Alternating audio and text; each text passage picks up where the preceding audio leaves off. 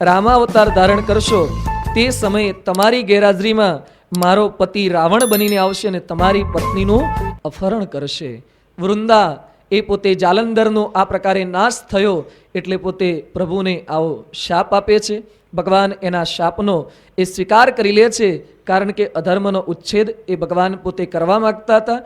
એટલે રામાવતાર પૃથ્વી પર થયો એનો આ દ્વિતીય હેતુ, બીજું પ્રયોજન છે. ત્યાર પછી પાર્વતીએ પૂછ્યું કે બીજું કંઈ વિશેષ વાત પ્રભુ બાકી હોય તો. એ સમયે શિવજી પોતે કહે છે કે નારદે ભગવાનને શાપ આપ્યો એની વાત શું આપ જાણો છો? પાર્વતી પૂછે છે કે નારદ તો ભગવાનના ઉત્તમ ભક્ત છે, ભગવાનનું મન કહેવાય છે, અખંડ ભગવાનનું રટણ કરતા રહે છે, લોકોને પણ ભગવાનના ભજનની અંદર જોડે છે. એ નારદ ભગવાનને શાપ શા માટે આપે? શિવજી કહે છે તો સાંભળો. ત્યારે નારદે ભગવાનને શાપ આપ્યો એની કથા હું આપને સુણાવું છું. એક સમય નારદ એ પોતે ફરતા ફરતા હિમાલયની અંદર પધાર્યા. હિમાલયની અંદર ફરતા હતા. આમ તો નારદ ક્યારેય સ્થિર રહેતા નથી, અખંડ પોતે તેઓનું વિચરણ એ ચાલુ જ હોય છે. પરંતુ હિમાલયની અંદર એકવાર તેઓને તપ કરવાનો વિચાર આવ્યો. તપ કરવું હોય તો સ્થિર તો થઈને બેસવું જ પડે. એટલે પોતે સ્થિર બન્યા છે, સમાધિ લગાવી દીધી છે, ખૂબ ઊંડા ધ્યાનની અંદર ઉતરી ગયા છે, આહાર નિંદ્રાનો બધાનો ત્યાગ કરી દીધો છે, તપની અંદર મગ્ન બન્યા છે.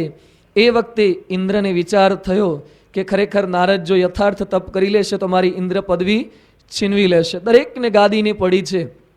અને ફિલ્મોની અંદર પણ બતાવતા કે કંઈક જાજુ તપ કરવા બેસે અને તરત ઇન્દ્રાસન ડોલવા લાગે, ઇન્દ્ર કંઈક પ્રયત્ન કરવા લાગે. અહીંયા ઇન્દ્ર પણ એવા પ્રયત્નનો પ્રારંભ કર્યો છે કે આપણી ગાદી જશે તો 60 જણા ભેગા થયા છે અને ગાદી જશે તો કંઈ નક્કી નહીં. આ બધા અત્યારે બધું ચાલુ થયું છે ગાદી ખેંચવાનું બધું. એટલે અહીંયા પણ ચિંતા થવા લાગી છે કે ગાદી આપણી જશે તો, એટલે પ્રયત્નનો પ્રારંભ કરી દીધો એક ધારાસભ્યને મનાવવાનો, ખેંચવાનો. અહીંયા પણ ઇન્દ્રએ કંઈક એવો પ્રયત્ન કર્યો છે, કામદેવને પોતે વશ કર્યા.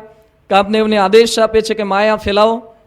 તમે શિવજીને પણ વશ કરી શક્યા હતા, તો એ પુનઃ ફરીથી તમે જાગ્રત થાઓ અને આજે નારદજી તપ કરી રહ્યા છે એના તપનો ભંગ કરો.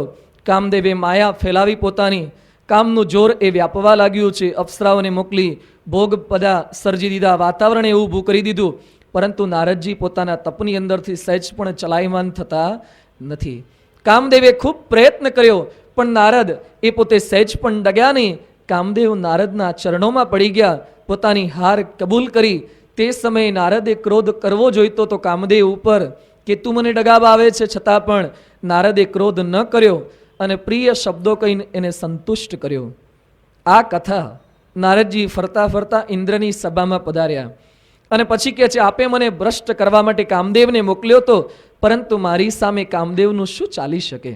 હું ભગવાનનો ભક્ત, મારું મન હું વશ કરી શક્યો છું અને કામદેવ પણ મને ડગાવી ન શક્યો. આ પ્રમાણે જ્યાં પણ જાય ત્યાં પોતાની આ જીતની, પોતાની વિજયની હંમેશા વાત પોતે કર્યા કરે છે.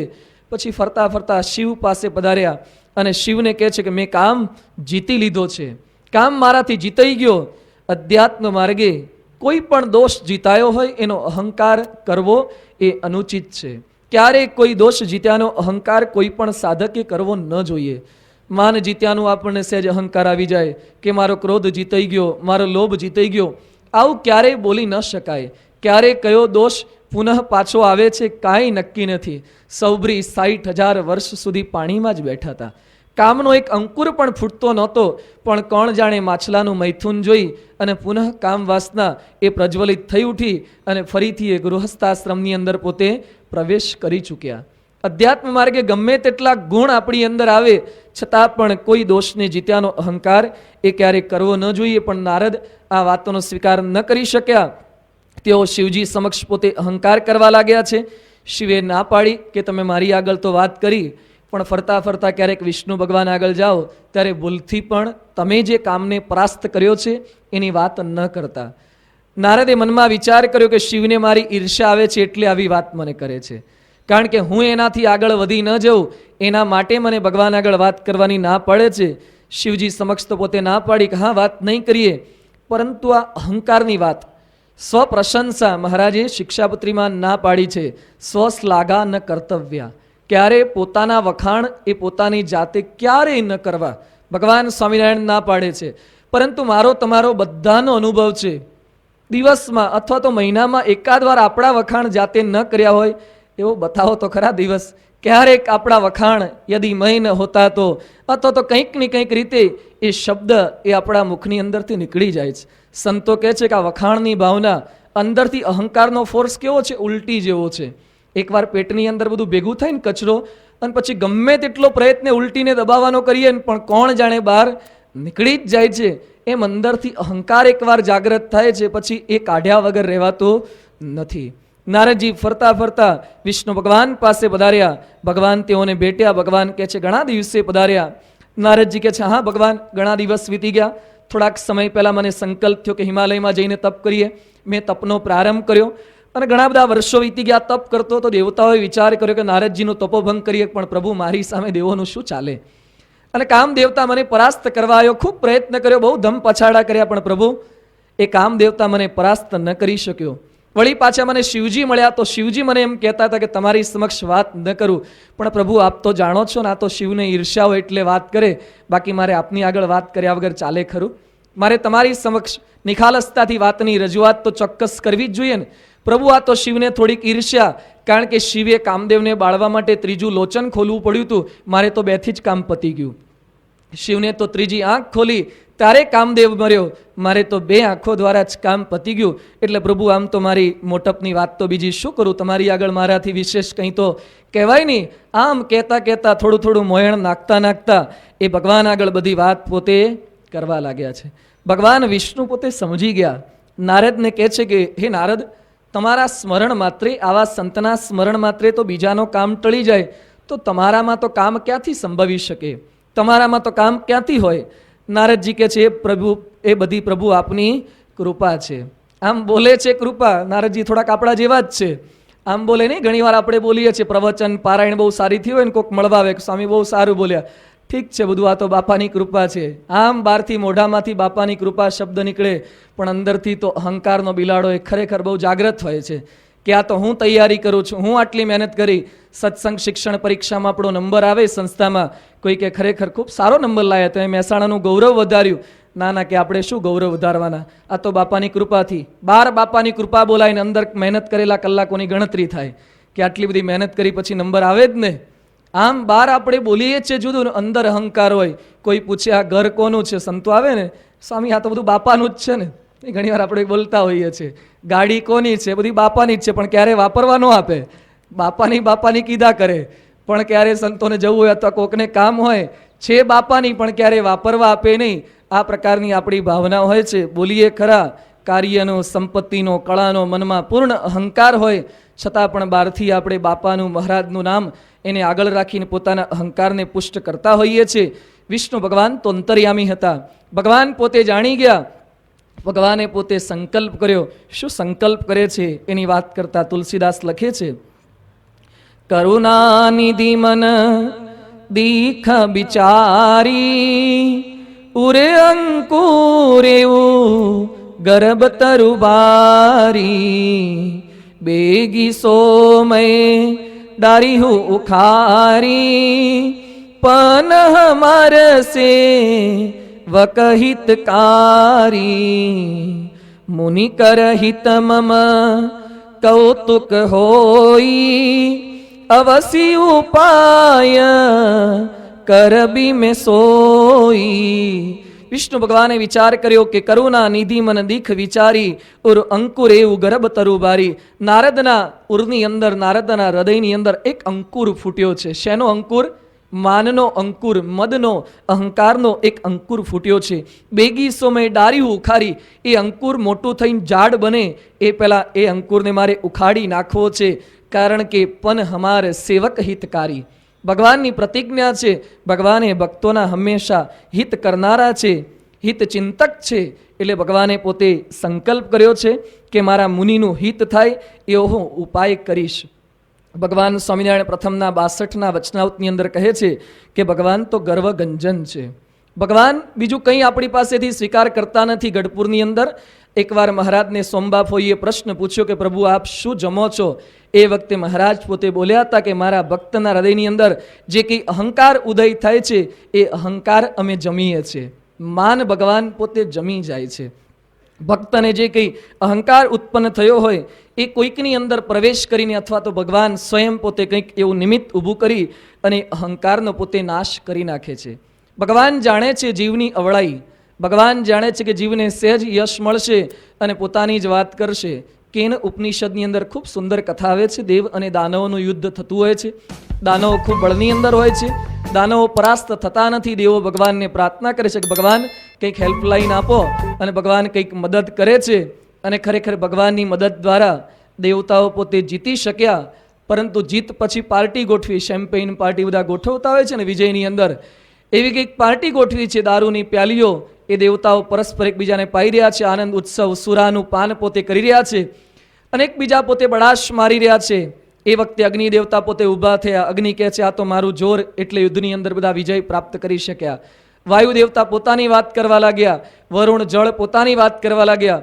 ભગવાને વિચાર કર્યો કે મારી મદદથી, મારી કૃપાથી આ વિજય પ્રાપ્ત કરી શક્યા, અને દેવોના મનમાં અહંકાર કેમ પ્રવેશ કરી ચૂક્યો.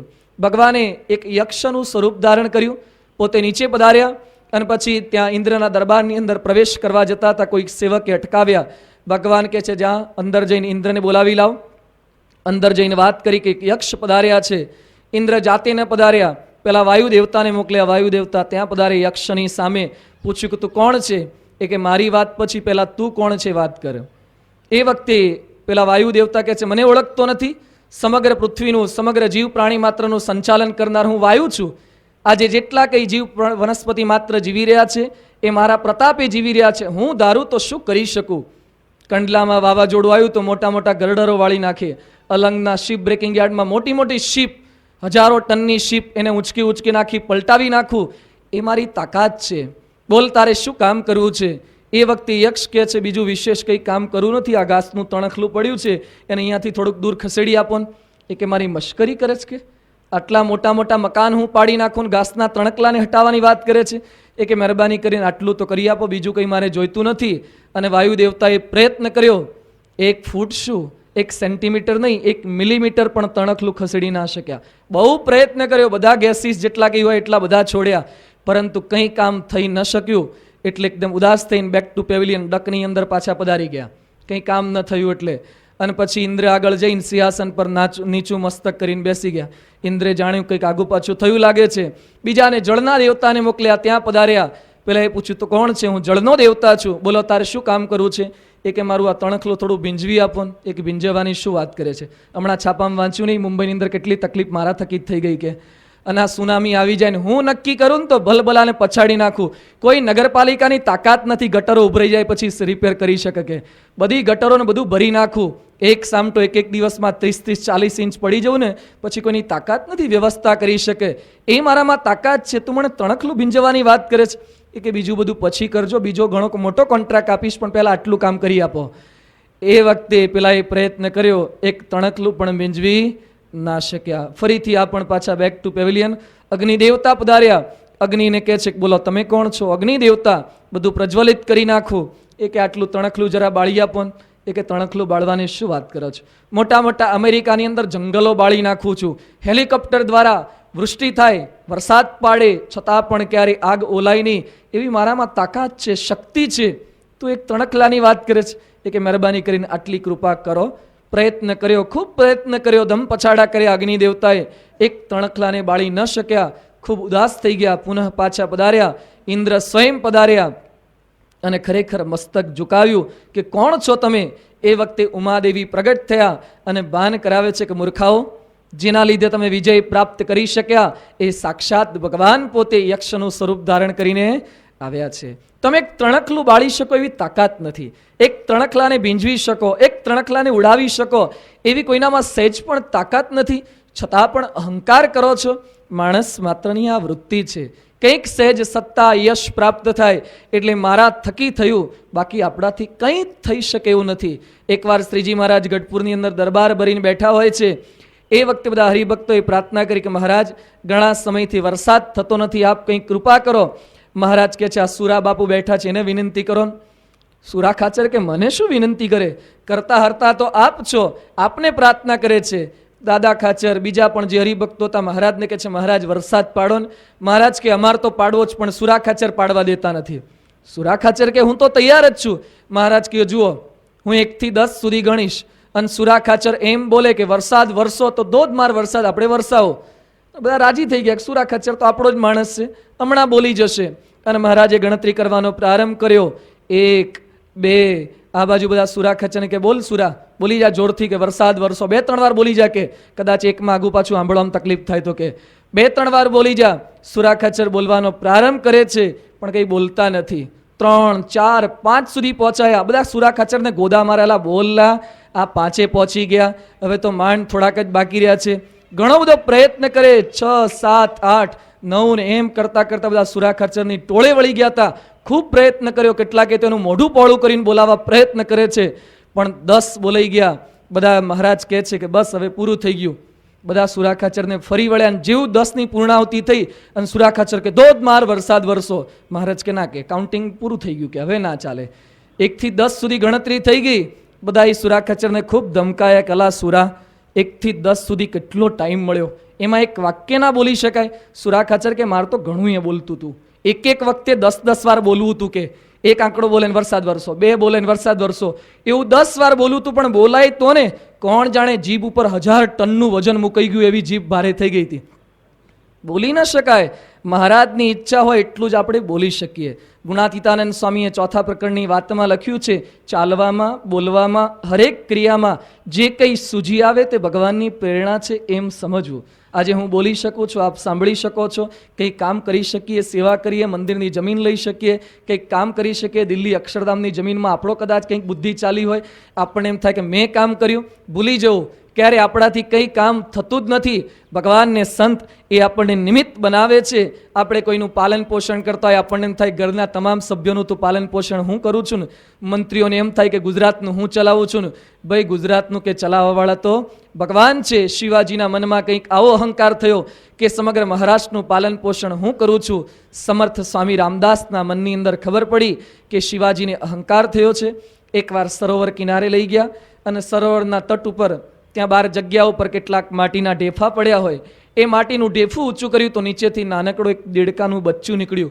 અને પછી શિવાજીને સમર્થ સ્વામી રામદાસ કહે છે કે આને જમાડવા માટે થાળી વાડકી તું મોકલે છે, આને કોણ જીવાડે છે? શિવા, તારા મનમાં ખોટો અહંકાર ન કરીશ કે સમગ્ર મહારાષ્ટ્રના તમામ જીવોનું પોષણ હું કરું છું. બધાને જમાડનારા એ ભગવાન છે. લક્ષ્મીજીનો અને વિષ્ણુનો પણ કંઈક આવો પ્રસંગ છે. કીડીનું પોષણ કોણ કરે છે? લક્ષ્મીજીના કપાળની અંદરથી ચાંદલાનો ચોખ્ખો પડ્યો અને ભગવાને એનું પોષણ કર્યું. એટલે કે બધાનું પોષણ કરનારા ભગવાન છે.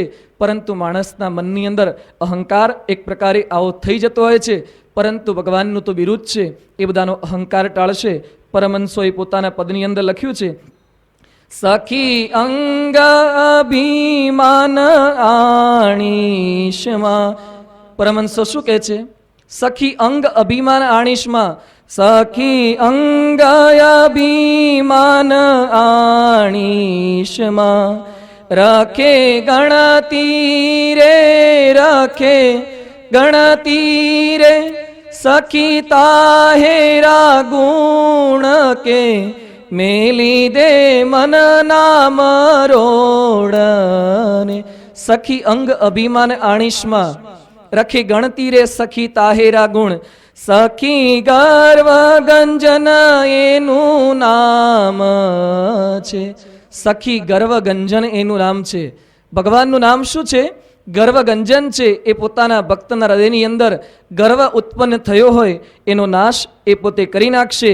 અહીંયા નારદના મનની અંદર ગર્વ થયો છે, એનો નાશ કરવા માટે ભગવાને પોતે સંકલ્પ કર્યો. નારદજી અહંકાર સાથે પોતે ભગવાનને પ્રણામ કરી અને ત્યાંથી નીકળ્યા.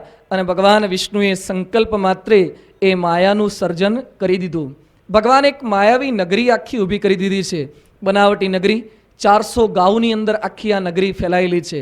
એ નગરીના રાજા શાસનકર્તાનું નામ છે શીલનિધિ રાજા. શીલનિધિ રાજા એ નગરીના પોતે રાજા છે. અને રાજ્યની અંદર આનંદ મંગલનું ઉત્સવનું આખું વાતાવરણ છે. નારદજી પ્રવેશ કરે છે. કેટલાક લોકોને પૂછ્યું કે રાજ્યની અંદર શું ઉત્સવ છે? અને રાજા પણ સામેથી સત્કારવા માટે પધાર્યા. નારદજીએ રાજાને પૂછ્યું કે રાજાજી, શું તમારા રાજ્યની અંદર કંઈ ઉત્સવ છે? એ વખતે શીલનિધિ રાજા કહે છે કે મુનિ, મારી એકની એક દીકરી છે, એનું નામ છે વિશ્વ મોહિની. સમગ્ર વિશ્વને મોહ પમાડે એવું એની અંદર રૂપ છે. એ વિશ્વ મોહિનીની ઉંમર થઈ છે, એનો વેવિશાળ એનું લગ્ન કરવાનું છે, એટલે યોગ્ય મૂર્તિયાની શોધની અંદર અમે તપાસ કરી રહ્યા છે. સ્વયંવરનું આયોજન અમે કરવા માગીએ છીએ. એનો આ ઉત્સવ છે. આપ મારા દરબારની અંદર, મહેલની અંદર પધારો. નારદ મુનિ મહેલની અંદર પોતે પધાર્યા છે. રાજાએ ઉચિત આદર સત્કાર કર્યો, રાજાએ પ્રણામ કર્યા. એ વખતે રાજા પોતાની દીકરીને વિશ્વ મોહિનીને આ નારદ મુનિની સમક્ષ લાવ્યા. રાજાએ પોતાની કન્યાને ઋષિના ચરણોમાં વંદન પ્રણામ ન કરાયા, પણ લખે છે ગ્રંથોની અંદર કે રાજાએ પોતાની છોકરીને બતાવી. હવે ઋષિને મુનિ સમક્ષ કોઈ દિવસ પોતાની દીકરી એ બતાવવાની ન હોય, પરંતુ પોતાની દીકરી બતાવી. અને એ વખતે નારદ મુનિની પણ નજર ગઈ સ્ત્રીની સામે, ઋષિની નજર ગઈ, અને મનની અંદર કઈ ચળબળાટ એ શરૂ થયો. એમાં પાછા ઋષિએ પૂછ્યું કે મુનિ, મારી દીકરીને કેવો વર પ્રાપ્ત થશે એ તમે જરાક જોઈ આપો ને. નારદના મનમાં થયું કે મારા કરતાં કોઈ સારો મૂર્તિઓને મળશે નહીં. હતા ભગવાનના ભક્ત, બ્રહ્મચર્ય નિષ્ઠ હતા, પણ એકવાર રૂપ જોયું ને આવા સંકલ્પ થવા લાગ્યા. એમાં પણ પાછા પેલા રાજાએ વાત કરી કે મારી દીકરીનો હાથ જોઈ આપો. હવે કોઈ દિવસ સાધુએ સ્ત્રીના હાથ જોવાય નહીં, આમ તો કોઈના હાથ ના જોવાય, કારણ કે ભગવાને જે નક્કી કરી આપ્યું છે લખેલું જ છે. કોઈ દિવસ રેખામાં જોવા માત્રથી કંઈ ફેરફાર થવાનો નથી. છતાં પણ નારદે આ વિશ્વ મોહિનીનો હાથ પકડ્યો, અને સંતો વાત કરે છે કે લેધર કરંટ લાગ્યો, હાથનો સ્પર્શ થયો, અને ખરેખર નારદના મનની અંદર વિકાર ઉત્પન્ન થઈ ગયો. રાજા પૂછે છે કે બોલો તો ખરા મુનિ, કેમ ચૂપ થઈ ગયા? નારદ ગણિતની અંદર હાથની અંદર જોવે, ફરીથી પેલીના મુખારવિંદ સામે જોવે, હાથમાં જોવે, મુખ જોવે. નારદના મનની અંદર વિશ્વ મોહિનીનું મન વસી ગયું છે, એનું મુખ એ વસી ગયું.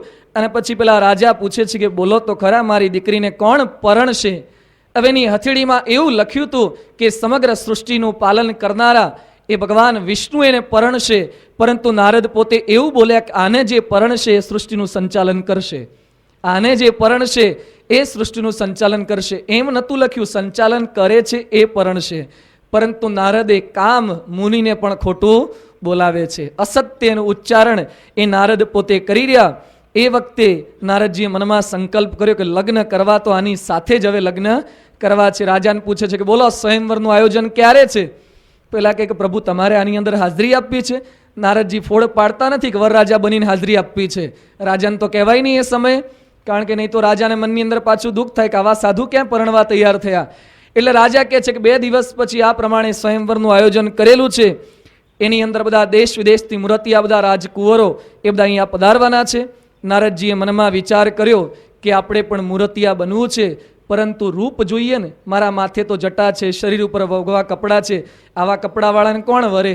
તો સારામાં સારા કપડાં ધારણ કરવા પડશે, રૂપ બનાવવું પડશે, મેકઅપ કરવો પડશે. પહેલાં તો રૂપ તો પ્રાપ્ત થવું જોઈએ ને સારું. એટલે ભગવાન પાસે પોતે પધાર્યા રૂપ પ્રાપ્ત કરવા માટે.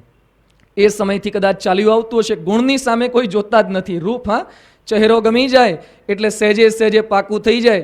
એમ અહીંયા પણ રૂપની નારદજીએ વિનંતી કરી, ભગવાન પાસે પોતે પધાર્યા અને ભગવાન સમક્ષ, વિષ્ણુ સમક્ષ ગઈ અને પછી પોતે વિનંતી કરતા કહે છે, અતિ આરતી કહી કથા સુનાઈ, કરે હું કૃપા કરી હોહી સહાઈ, આપન રૂપ દેહું પ્રભુ એહી મોહી, આન બાતી નહીં પાવ ઓહી, જેહી વિધિનાથ હોઈ હિત હિ મોરા, કરહું સો બેગી દાસ મેં તોરા, નિજ માયા બલ દેખી બિસાલા, હિય હંસી બોલે દીન દયાલા.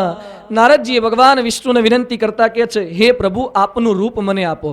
કારણ કે ભગવાનનું વિશેષણ રૂકમણીએ પત્રની અંદર લખ્યું તો ભગવાનને સંબોધન ત્રિભુવન સુંદર, કે પ્રભુ ત્રણેય લોકની અંદર સૌથી સુંદરમાં સુંદર તમે છો. આપનું રૂપ ખૂબ સુંદર છે, અનંત કામદેવને લજ્જા પમાડે એવા રૂપવાન તમે છો.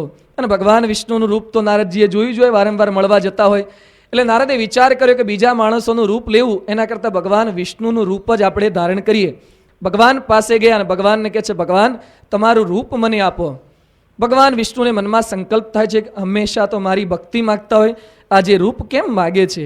નારદજી મનમાં ભગવાનને કહે છે, ભગવાન રૂપ આપો, નહીં તો રૂપ વગર પેલી વિશ્વ મોહિની મારી સાથે લગ્ન નહીં કરે. મહેરબાની કરીને તમારું રૂપ એ મને આપો, હું તમારો દાસ છું. સાથે સાથે થોડું ઘણું ભક્તપણું તો નારદમાં હતું જ, ભક્તિ તો હતી જ. એટલે પોતે શું બોલ્યા, જેહી બીધી નાથ હોય હિત મોરા, જે રીતે મારું હિત થાય એવું કંઈક તમે કરો. પહેલા રૂપ માગ્યું, પણ કંઈક ભગવાનની કૃપાથી આવું બોલાઈ ગયું કે પ્રભુ જે રીતે મારું હિત થાય એવું તમે કંઈક કરજો. ભગવાન વિષ્ણુ એ પોતે મનની અંદર મલકાય છે કે બહુ મોટી મોટી વાતો કરતા હતા, કામદેવને જીતી લઈ ગયો, બરાબર લપટમાં આવ્યા છે. આજે તો પણ થોડાક નચાવા છે એટલે આખી જિંદગી સીધા થઈ જાય, ફરીથી ક્યારે બોલે નહીં. અને ભગવાને પોતાની માયાનો પેચ બરાબર લગાવ્યો છે, મનની અંદર હાસ્ય કરી રહ્યા છે. અને ભગવાન પોતે કહે છે, જેહી બીધી હોહી પરમહિત નારદ સુનહુ તુમાર, સોઈ હમ કરબ ન આન કછુ બચન ન મૃષા હમાર. આગળ તુલસીદાસ પોતે ચોપાઈની અંદર લખે છે, કુપથ માગરુજ વ્યાકુલ રોગી, બૈદન દેહી સુન હું મની જોગી, એહી વિધિ હિત તુમાર મય ધર ઉહી, કહી અસ અંતર હિત પ્રભુ ભયઉ. ભગવાન વિષ્ણુ કહે છે કે તમે ખરેખર માગ્યું એવું જ આપીશ. તમે બોલ્યા કે મારું હિત થાય એમ કરજો, ખરેખર આજે તો તમારું હિત થાય એમ જ કરવું છે. પછી તુલસીદાસ લખે છે કે કોઈકને રોગ થયો હોય, રોગીને, અને માણસ કુપથ્યની માગણી કરે તો એના ડૉક્ટર કે એના માતા પિતા એ બાળકને ક્યારેય એ રોગની અંદર વધારો થાય એવું ઔષધ કે અથવા તો એવું કંઈ ખોરાક ક્યારેય આપતા નથી. વડોદરાની અંદર એક બાઈનો દીકરો માંદો પડ્યો, ખૂબ નાનકડો હતો, અને ડૉક્ટરે બંધી કરી કે દૂધને લીધે રોગ થાય એવું છે, ભારે બીમારી છે, એને મહેરબાની કરીને દૂધની કઈ આઈટમ ખવડાવતા નહીં અને દૂધ પીવડાવતા નહીં. ઘણા બધા દિવસો વીત્યા, બાળક રડવા લાગે, બાળક બહુ આગ્રહ કરે છે કે મમ્મી મને દૂધ આપો, અને ઘણા બધા દિવસો સુધી બાળક રડે, માતાથી જોયું ન ગયું, અને માતાએ થોડુંક દૂધ પાયું અને છોકરો એકદમ સિરિયસ થઈ ગયો, છોકરો મૃત્યુ પામ્યો. ડૉક્ટરે પૂછ્યું કે મેં વાત કરી હતી છતાં પણ તમે કેમ આવું કર્યું? એ કે બાળક બહુ આગ્રહ કરતો હતો એટલે મારાથી રહેવાયું નહીં, એટલે દયાએ વશ થઈ અને મેં એને થોડુંક દૂધ પાયું. ડૉક્ટર કે તમે દયા નથી કરી, એની તો તમે હિંસા કરી છે. એને નહોતું આપવા જેવું, ન આપ્યું હોત તો બાળક જીવી જાત. અહીંયા નારદે માગણી કરી છે, ભગવાન નહીં આપે કારણ કે એમને જીવાડવા છે. અધ્યાત્મ માર્ગે એમનું પતન થવા દેવું નથી, એટલે ભગવાનની આ રીત છે. આમ ભગવાનની રીત થોડીક વિચિત્ર લાગે આપણને, ભગવાન શા માટે આવું કરતા હશે? ભગવાનની રીત વિચિત્ર છે, પરંતુ એમનો હેતુ શુદ્ધ હોય છે. એકવાર એક ગામની બહાર બધા લીમડાના બધા ઝાડ હોય છે, લીમડાના ઝાડ ઉપર ઊંચી ટોચ ઉપર એક કાબરનું બચ્ચું એક ઉડવા માટે જતું હતું. ઉત્તરાયણનો સમય કંઈક પૂરો થયો હશે અને ઝાડ ઉપર પતંગ બધા ટીંગાઈ ગયા હોય, એની દોરી પણ બધી લટકતી હોય. એમાં કાબરના બચ્ચાનો પગ એ દોરીની અંદર ભરાઈ ગયો અને આખું બચ્ચું એ ઝાડ પર ઊંધું થઈ ગયું છે, ડાળી ઉપર એક પગ ખાલી દોરીની અંદર લટકાઈ ગયો છે અને બરાબર એવો વીંટળાઈ ગયો છે. કાબરનું બચ્ચું પ્રયત્ન કરે છે છતાં પણ પગ નીકળતું નથી. ખૂબ પ્રયત્ન કર્યો. એના માતા પિતાને, એના બીજા કંઈ પરિવારજનોને ખબર પડી ગઈ કે બચ્ચું ભરાઈ ગયું છે અને બધા ચિત્કાર કરી ઉઠ્યા છે, બૂમો પાડે છે, પણ બચ્ચાને નીકાળે કઈ રીતે? એ લોકો પ્રયત્ન કરવા જાય છે પણ એને કાઢી શકતા નથી. નીચે ગામના માણસો પણ ટોળી વળી ગયા, સીડી લાવવી પણ સીધી ત્યાં સુધી પહોંચે એવી નથી, કઈ બાજુ ઊભી રાખવી? એકદમ ઝાડની નાનકડી કુમળી ટોચ ઉપર આ ઘટના બની રહી છે. લોકોની આંખમાં આંસુ આવે છે કે ભગવાન શા માટે આવું કરતા હશે? ભગવાન નાનકડા બચ્ચાનો શું દોષ છે? એ જ વખતે અચાનક એક મોટો કાગડો આવ્યો અને કાગડો આવી અને કાબરનું બચ્ચું જે લટકતું હતું એની પીઠ ઉપર ચાંચ મારવા લાગ્યો. ફરીથી લોકોને ભગવાન ઉપર તિરસ્કાર થયો કે ભગવાન બચ્ચું આટલું તો દુઃખી થતું હતું, એની અંદર પાછા તમે આ શું ઓછું છે કે કાગડો પેલો માંસનો લોચો ખેંચવા જાય છે અને કાગડો ઘડીએ ઘડીએ એ પેલા કાબરના બચ્ચાને પેટને પકડવા જાય પણ એની ચાંચની અંદર એનું પેટ આવતું નથી. અનેકવાર કાગડાએ પ્રયત્ન કર્યું, એનું બચ્ચાનું પેટ આવી ગયું, જેવું ખેંચવા ગયો અને તરત કાબરનું બચ્ચું દોરીમાંથી નીકળી ગયું અને કાગડાની ચાંચમાંથી પણ નીકળી ગયું અને ઉડવા લાગ્યું. ભગવાનની રીત થોડી વિચિત્ર છે. બચાવું તું બચ્ચાને પણ કાગડાના નિમિત્ત દ્વારા બચાવું તું.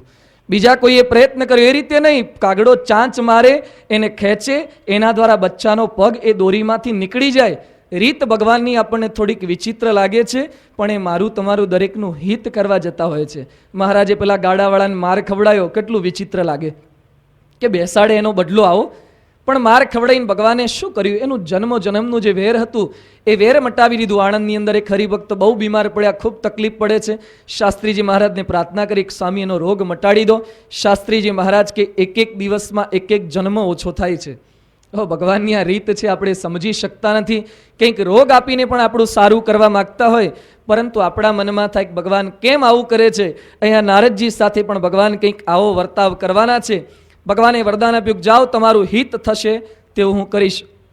નારદજીએ પોતાનું હિત શેમાં માન્યું હતું? રૂપ મળે એમાં હિત માન્યું હતું. ભગવાને જુદું હિત માન્યું હતું.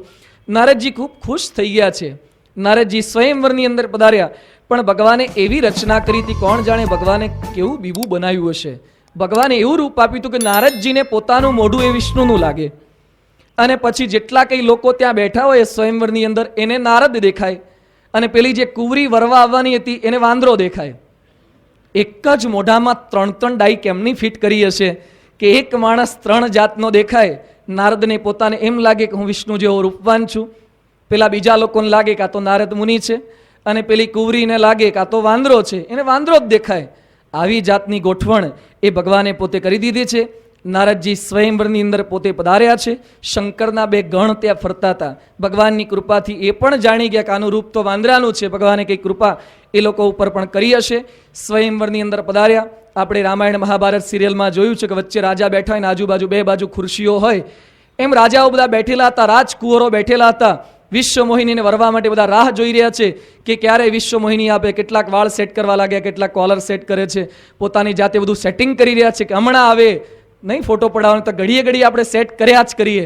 જ્યારે ફોટો પડાવવાની એની આગળની મિનિટો બધી સેટિંગમાં જ આપણી જતી હોય, એમ અહીંયા પણ પેલી છોકરી આવવાને વાર છે, રાજકુંવરી આવવાને બધા રાજાઓ બરાબર સેટિંગ કરી રહ્યા છે. નારદજીનો પણ પ્રવેશ ત્યાં થયો, અને એક સીટ ખાલી હોય.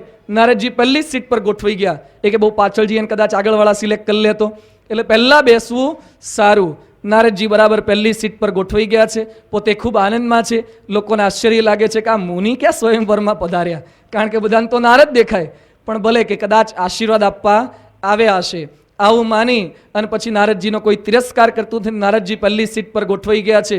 પોતે પણ પોતાના દેહને શણગારવા લાગ્યા છે, રાહ જોવા લાગ્યા છે. આ બાજુ ડંકાનાદ થયો, ઘંટનાદ થયો કે વિશ્વ મોહિની પધારી રહી છે, સાવધાન. અને બધા ફરીથી તત્પર થઈ ગયા છે, જાગૃત થઈ ગયા છે, બરાબર ટટ્ટાર થઈ ગયા, ઢીલાઢપ થયા હતા ને ચેતન આવી ગયું. સહેજ જાહેરાત થઈને વિશ્વ મોહિની આવે છે, ત્યાં ખરેખર બધામાં ચેતન તત્વનો પ્રવેશ થઈ ગયો છે. અને નારદજી રાહ જોવે છે. વિશ્વ મોહિનીની આજુબાજુમાં બધી એની સખીઓ ચાલે છે, બધી એની બેનપણી ચાલે છે, અને બધી પરિચય આપે છે કે આ રાજ્યના આ રાજકુંવર છે, એવો બધો પરિચય આપવાનો છે. એ જ વખતે વિશ્વ મોહિનીના હાથની અંદર પણ પુષ્પમાળા છે. એ જેવી પ્રથમ પધારવા જતી હતી અને પહેલી સીટની અંદર નારદજીને જોયા. નારદજી સંકલ્પ કરતા હતા કે હમણાં આપણી નજીક આવશે, અને મારાથી તો રૂપવાન કોઈ છે જ નહીં, એટલે ચોક્કસ આપણા ગળાની અંદર જ માળા પડી સમજો, અને હમણાં વિશ્વ મોહિની સાથે ગોઠવાઈ જશે. એક મકાન ભાડાનું રાખશું શરૂઆતમાં, પછી પાકા પાયે રાખી લઈશું. આ પ્રમાણે મનમાં કંઈક ગોઠવણ કરતા હતા. પણ જેવી નજીક આવવા ગઈ અને વિશ્વ મોહિનીએ નારદનું રૂપ જોઈને વાંદરાનું રૂપ દેખાયું. એ કે મારા માણસોના લગ્નની અંદર આ વાંદરો ક્યાંથી ઘૂસી ગયો? એકદમ ગુસ્સે થઈ ગઈ, આકડી ઉતાવળી થઈ ગઈ, હાથની અંદરથી માળા પડી જાય એવી સ્થિતિ થઈ ગઈ. પણ કોણ જાણે થોડું બેલેન્સ જાળવ્યું, અને પછી તો એટલી કંટાળી ગઈ, ગુસ્સે થઈ ગઈ. નારદજીને તો કેન્સલ કરવાનું, પણ આખી લાઈન કેન્સલ કરી નાખી. એ કે લાઈનમાં જવું જ નથી કોઈની પાસે. પેલા બિચારા બેઠા હતા કે અમારો શું વાંકગુનો, આ બાદ તો આવો પંગતમાં પીરસવા. નહીં, આપણને કોઈ ગમતો ના હોય એટલે કે આખી લાઈનમાં નથી જવું કે એને પીરસવા. એમ આખી લાઈન કેન્સલ કરી નાખી. નારદજી જે લાઈનમાં બેઠા હતા એને સંતો આના પરથી કહે છે કે સંત જે લાઈનમાં બેઠા હોય ને એટલી લાઈનમાં જો આપણે ગોઠવાઈ જઈએ ને તો માયા આપણને ક્યારે પકડી શકે નહીં. સંતને માયા તો વર્તી નથી, માયા એને તો હેરાન કરી શકતી નથી, પરંતુ સંતની લાઈનમાં જે ગોઠવાઈ જાય ને એ પણ આ બાદ બચી જાય છે. પણ નારદના મનની અંદર કામનો અંકુર ઉઠ્યો હોય છે. નારદ પોતે સમજી શકતા નથી. નારદ કહે છે વાંધો નહીં, એકવાર ટ્રાય કરીએ, પણ ઉદાસ નહીં થયું. શ્રદ્ધાવાન લભતે જ્ઞાનમ, શ્રદ્ધા આપણે ચાલુ જ રાખવાની, પુરુષાર્થ ચાલુ જ રાખવાનો. અને 2-3 લાઈનો પાછળ હતી, અને આપણને નહીં પહેલી પંગતમાં પીરસવા પેલો નીકળ્યો હોય ને આપે નહીં, ફરીથી પાછળ મોઢું ફેરવીને પેલી પંગતમાં ગોઠવાઈ જઈએ પાછળ. એમ નારદજીએ મોઢું ફેરવી લીધું અને પાછળની બાજુ ગોઠવાઈ ગયા. નારદજી રાહ જુએ છે કે હમણાં વિશ્વ મોહિની આવશે અને ફરીથી માળા પહેરાવશે. અને બરાબર વિશ્વ મોહિની પાછી ત્યાં આવવા ગઈ, ફરીથી આ વાંદરાને જોયો, ફરીથી ગુસ્સે થઈ ગઈ અને એકદમ અકળાઈ ઉઠીને બાપુજીને કહે છે કે મારા સ્વયંવરમાં આવા વાંદરાને શું કરવા બોલાવો છો? નારદજી પણ એકદમ આકડા ઉતાવળા થઈ ગયા કે મારું મોઢું આટલું રૂપવાન છે છતાં પણ મને વાંદરા જેવો કેમ કહે છે, સમજી શકતા નથી. અને ત્યાં જ બીજા કોઈ રાજકુંવરને એ વિશ્વમોહિની માળા પહેરાવતી નથી, પણ ભગવાન વિષ્ણુ ત્યાં પધાર્યા, જાતે પધાર્યા ભગવાન વિષ્ણુ, અને સરસ મજાના કપડાં પહેરીને, પિતાંબર ધારણ કરીને, મુગટ ધારણ કરી વિષ્ણુ પધાર્યા, અને વિષ્ણુને આ વિશ્વમોહિનીએ વરમાળા પહેરાવી દીધી, અને ભગવાન વિષ્ણુ લઈને એને પોતે ત્યાંથી નીકળી ગયા. નારદજી વિચાર કરે છે કે મને રૂપ આપ્યું, છેતરપિંડી મારી સાથે કરી ગયા. હવે એમને જાતે જ જો લગ્નમાં આવું તો મને ઉલ્લુ શું કરવા બનાવ્યો? બેમાંથી આપણે નક્કી કરી લે, તમારે જવું હોત તો હું ના જાત, પણ આવું શા માટે ધંધો ભગવાને કર્યો? એકદમ ગુસ્સે થઈ ગયા. હમણાં ભગવાનને શાપ આપું કે આત્મહત્યા કરી લઉં? નારદજીને આત્મઘાત કરવા સુધીનો વિચાર આવી જાય છે. ખરેખર આ લોકની અંદર જીવવા જેવું નથી. ભગવાન વિષ્ણુને શાપ આપવો જ છે. આજે તો વિષ્ણુ પાસે જવું જ છે. આખા જગતની અંદર મારી મશ્કરી કરાવી. એકદમ ધૂતવાતા એ પોતે ત્યાંથી નીકળે છે ભગવાન વિષ્ણુને મળવા માટે. ક્ષીરસાગરની અંદર ભગવાન વિષ્ણુ ત્યાં બિરાજતા હોય, મળવા જાય છે. ત્યાં સામે રસ્તાની અંદર ભગવાન વિષ્ણુ રથની અંદર આવતા હોય છે સામેથી. બાજુમાં લક્ષ્મીજી ઊભા છે, બાજુમાં વિશ્વમોહિની, એક બાજુ લક્ષ્મી, એક બાજુ વિશ્વમોહિની. ભગવાન પાછા ખુશ થતા થતા આવે છે. એક હાથ લક્ષ્મીના ખભા ઉપર છે અને એક હાથ વિશ્વમોહિનીના ખભા પર છે. વધારે હેરાન નારદજીને કરી રહ્યા છે. અને નારદજીને જોયા, નારદને કહે છે, કેમ નારદ, શું તબિયત પાણી તો બરાબર છે ને? આમ આકડા ઉતાવળા થઈને ક્યાં જાઓ છો? તબિયત કઈ ખરાબ થઈ છે કે શું? નારદ કે હમણાં તમારી ખરાબ કરું છું, કે અત્યારે તો તમે મારી ખરાબ કરી છે ને, હવે તમારો વારો છે. આકડા ઉતાવળા નારદ થઈ ગયા હતા. નારદ એકદમ ગુસ્સે થઈ ગયા અને પછી પોતે કહે છે, પરસંપદા સકહું નહીં દેખી તુમરે ઈર્ષ્યા કપટ વિશેષી મથત સિંદુરો દ્રહી બૌરાયહુ સુરન પ્રેરી વિષ પાન કરાયહુ અસુર સુરાવિષ શંકર હિ આપુ રમામની ચારુ સ્વાર્થ સાધક કુટિલ તુમ સદા કપટ બેહવારું. પછી આગળ પોતે ચોપાઈની અંદર તુલસીદાસ લખે છે, પરમ સ્વતંત્ર ન સિર પર કોઈ ભાવહી મનહી કરહુ તુમ સોઈ ભલે હી મંદ મન દેહી બલ કરહુ વિસ્મય હર્ષ નહીં કछु પર ગરહું. નારદજીએ ભગવાન સમક્ષ ગુસ્સે થયા છે અને ભગવાન વિષ્ણુને નારદજી કહે છે કે તમે કોઈની સંપત્તિ, કોઈનો ઉત્કર્ષ તમે જોઈ શકતા નથી. આખી દુનિયામાં સૌથી વધારેમાં વધારે ઈર્ષા હોય તો તમારામાં છે. અતિશય ઈર્ષાળુ તમે છો, અતિશય કપટી તમે છો. સમુદ્ર મંથન થયું, પ્રભુ હું જાણું છું. સમુદ્ર મંથનમાં દેવોને દાનવોએ સગળો સરખો પુરુષાર્થ કર્યો છે, પણ આપે એવું કપટ કર્યું. દાનવોને તમે મદિરાપાન કરાવી દીધું અને મહાદેવને તમે મૂર્ખ બનાયા. દરિયામાંથી ઝેર નીકળ્યું એ મહાદેવને પીવડાવી દીધું અને તમે એટલા ચાલાક છો, એટલા બુદ્ધિશાળી છો. મીઠી મીઠી વાતો કરીને મણી લઈ ગયા, લક્ષ્મીજી તમે લઈ ગયા. ભગવાન તમારું બધું કપટ હું જાણું છું. અત્યાર સુધી તમે જે ધંધા કર્યા છે ને, આ તો તમને કોઈ કહેનારો મળ્યો નથી. તમે સ્વતંત્ર છો, તમારા માથા ઉપર કોઈ છે નહીં એટલે તમને કોઈ કહી શકતું નથી. મન ફાવે તેમ વર્તો છો, સારાને ખરાબ કરો છો અને ખરાબને સારા કરો છો. જરાય હરખ શોખ તમને થતો નથી. કર્મ સિદ્ધાંતમાં તો તમે માનતા જ નથી. જૈસી કરની વૈસી ભરની તમને સિદ્ધાંત ક્યાંથી લાગુ પડે? કારણ કે બીજા બધાને કર્મનું ફળ આપનારા તમે છો, પણ તમારો પણ કર્મનો ચોપડો રાખ્યો હોય ને તો તમારે નરકમાં જવાનો જ વારો આવે. તમારા કર્મ બધા વિચિત્ર છે. આ પ્રમાણે તમે મને હેરાન કર્યા છો. જાઓ, તમે તમારું ઘર બનાવ્યું અને મારા જેવાની મશ્કરી તમે કરી છે. મારું ઘર એ આખું તૈયાર થતું હતું, એમાં તમને શું દુખતું હતું? હું વિશ્વમોહિની સાથે લગ્ન કરત તો ભગવાન તમારું શું બગડી જતું હતું? તમે મને લગ્ન કેમ કરવા ન દીધા? આ લોકની અંદર લોકો ભક્તો તમને ભક્ત વત્સલ કહે છે, પણ તમારા જેવું કોઈ સ્વાર્થી નથી. તમે જે કંઈ કલ્યાણ કરો છો ને એ પણ બધું તમારા સ્વાર્થ માટે જ કરો છો. એમ કહીને એક ભક્તે નારદજીના હૃદયની ભાવનાને વાચા આપતા લખ્યું છે, ગજરાજ તારે તોને આવને કો જાવને કો ખાવને પકાવને કો મીરાબાઈ તારી હે. રોહિદાસ તારે તોને ચામડા મડાવને કો ગાવની બજાવને કો ગુણિકા તારી હે. નરસિંહ મહેતા કો તારે તોને વ્યવહાર ચલાવને કો જયદેવ ઋષિ તારે તોને સ્તુતિ બજાવને કો. શું કહે છે કે ભગવાન લોકો તને ભક્ત વત્સલ કહે છે, પણ એમાં પણ તારો સ્વાર્થ છે. તે ગજરાજને તાર્યો, ગજેન્દ્રનો મોક્ષ કર્યો. શેના માટે? આવને કો જાવને કો. તારે કંઈ સારું વાહન નહોતું મળતું ને એટલે ગજરાજને તે તાર્યો છે. એક સારી ગાડી તારે જોઈતી હતી ને એટલે ગજરાજનો મોક્ષ તે કર્યો છે. ખાવને પકાવને કો મીરાબાઈ તારી હે. તને રસોઈયાની કમી હતી એટલે મીરાબાઈને તારી છે, બાકી તું કઈ મીરાબાઈને તારે એવો નહોતો. ભગવાન વિષ્ણુને ઠપકો આપી રહ્યા છે, રોહિદાસ તાર્યો તુને ચામડા મઢાવને કો. તારે ચપ્પલ બહુ હારા થતા નહોતા એટલે રોહિદાસને બાટાઈને કંપની ઉપર કંઈક શરૂ કરવી હશે ભગવાનને પોતાની, એટલે ચામડે મઢાવને કો રોહિદાસ તાર્યો હોય, ગાવની બજાવને કો ગુણિકા તારી હે. ગણિકાને તારી એ તારે રાત્રે ચિત્રહાર તો ઉપર કંઈ આવતું ના હોય, એટલે રાત્રે ભગવાનને કંઈ મ્યુઝિક પાર્ટી જોઈતી હોય તો શું કરવું પડે, એટલે ગણિકાને તારી કે કંઈક નાચગાન કરે ને ભગવાન કંઈક આનંદ કિલ્લોલ કરી શકે એના માટે ગણિકાને તારી.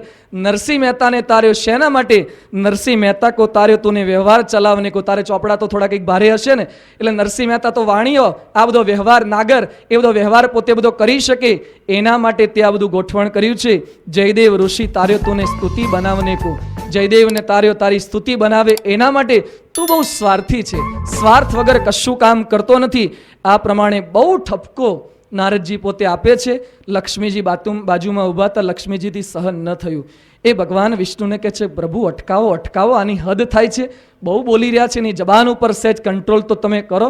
ભગવાન કહે છે આપવા દો ને, કે રોજ એના મોઢે વખાણ જ આપણે સાંભળ્યા છે ને, કે રોજ આપણી પ્રાર્થના કરતો તો અધરમ મધુરમ બધું મધુર મધુર લાગતું હતું, અને આજે મારું કેમ એને બધું ખરાબ લાગે છે. રોજ તો મારી સ્તુતિ કરતો તો, પ્રાર્થના કરતો તો, આજે મને ગાળો દે છે. આવા ભક્તોના મોઢેથી ગાળો ક્યારે સાંભળવા મળે? ભક્તોની ગાળું એ તો મને ઘીની નાળિયું જેવી લાગે છે. એટલે આજે ભલે એના મોઢામાંથી ગાળો નીકળે અને કોક દિવસ આપણે ગાળો સાંભળીએ તો કોકને પ્રેરણા મળે ને કે ભગવાનને પણ ગાળો દેનારા મળે છે, તો આપણે પણ ગાળ સાંભળી લેવી. એટલે લક્ષ્મીજી તમે ચિંતા ના કરો, આ બધું પ્રી પ્લાનિંગ પ્રમાણે જ થઈ રહ્યું છે, આ બધું મારા આયોજનમાં જ છે.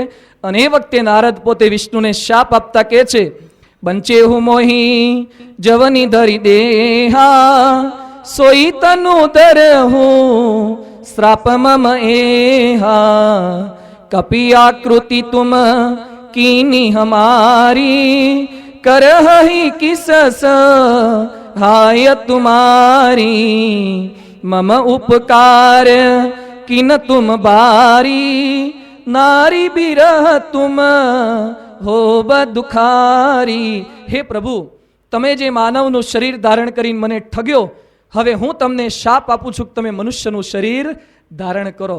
તમે ચતુર્ભુજ છો વિષ્ણુ ભગવાન, પણ તમે દ્વિભુજ વાળા થાઓ. આ પૃથ્વી પર માનવ દેહ ધારણ કરો. તમે મારું વાનરનું રૂપ બનાવ્યું, જાઓ તમને હું શાપ આપું છું કે એ જ વાંદરાઓ તમને મદદ કરશે. વાંદરાઓની મદદ લીધા વગર તમારું કંઈ કામ થશે નહીં. અને તમે મારું અહિત કર્યું, તમે મને પત્ની મળતી હતી, કોળીઓ મોઢામાં જતો તો જૂટવી લીધો છે, જાઓ તમને પણ તમારી પત્નીનો વિરહ થશે, તમારી પત્નીના વિરહની અંદર તમે પણ દુઃખી થશો. આ પ્રમાણે નારદે ભગવાનને શાપ આપ્યો, પરંતુ ભગવાને તો રાજી થકા એ શાપ પોતાના મસ્તક ઉપર ચડાયો. જેવો ભગવાને શાપ મસ્તકે ચડાયો કે નારદ બરાબર છે, તમારા શાપ પ્રમાણે અમે ઉચિત આચરણ કરશું, એવો જન્મ ધારણ કરીશું. ત્યાં જ ભગવાને પોતાની માયા સમેટી લીધી, સ્વિચ ઓફ કરી. એ બધી શીલનિધિ રાજાની નગરી પણ ક્યાંય જતી રહી, લક્ષ્મીજી પણ દેખાતા નથી, વિશ્વ મોહિની પણ ગુમ થઈ ગયા, અને ભગવાન એકલા ચતુર્ભુજ ધારણ કરી અને ત્યાં ઊભા હતા. નારદની અંતરદ્રષ્ટિ થઈ, મનની અંદરથી કામનો અહંકારનો પડદો કંઈ ખટી ગયો.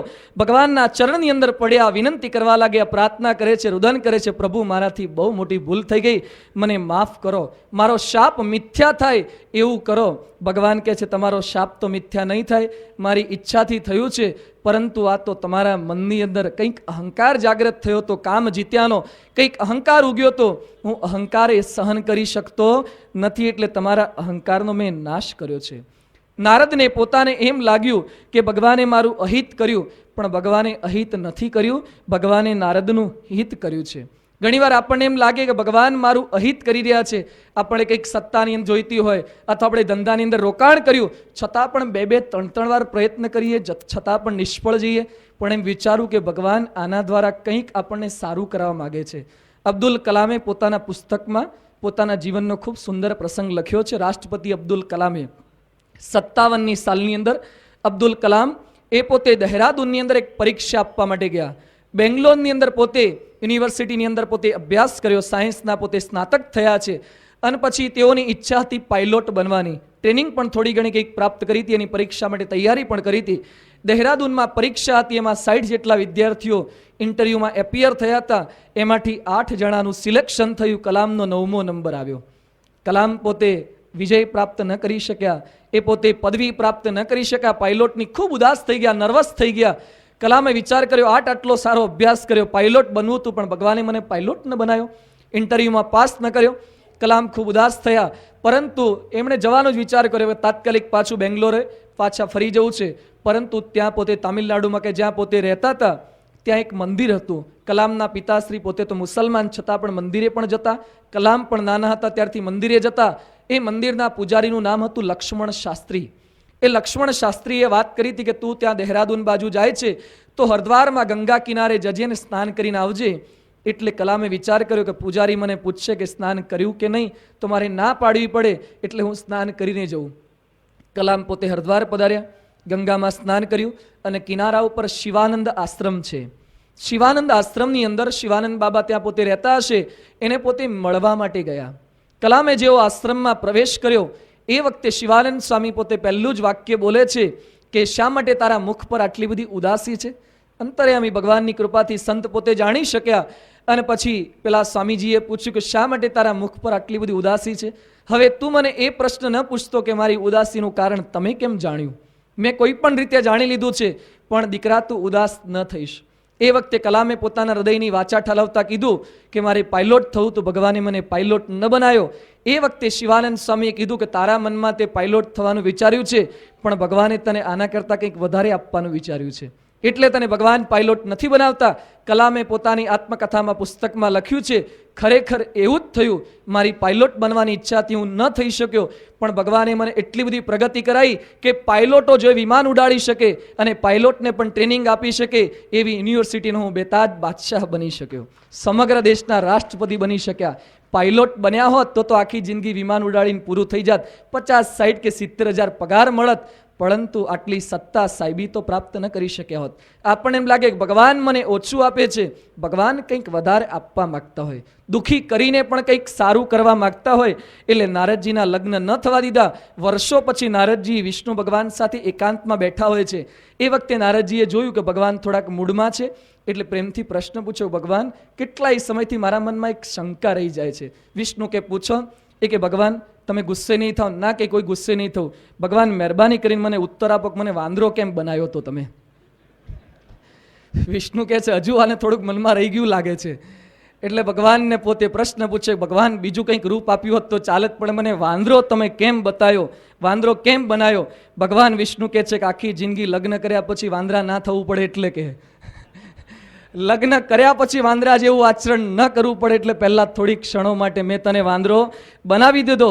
નાચહી નટ મરકટકી ભાંતિ નારી વિવશ સકર નર સકલ ગોસાઈ.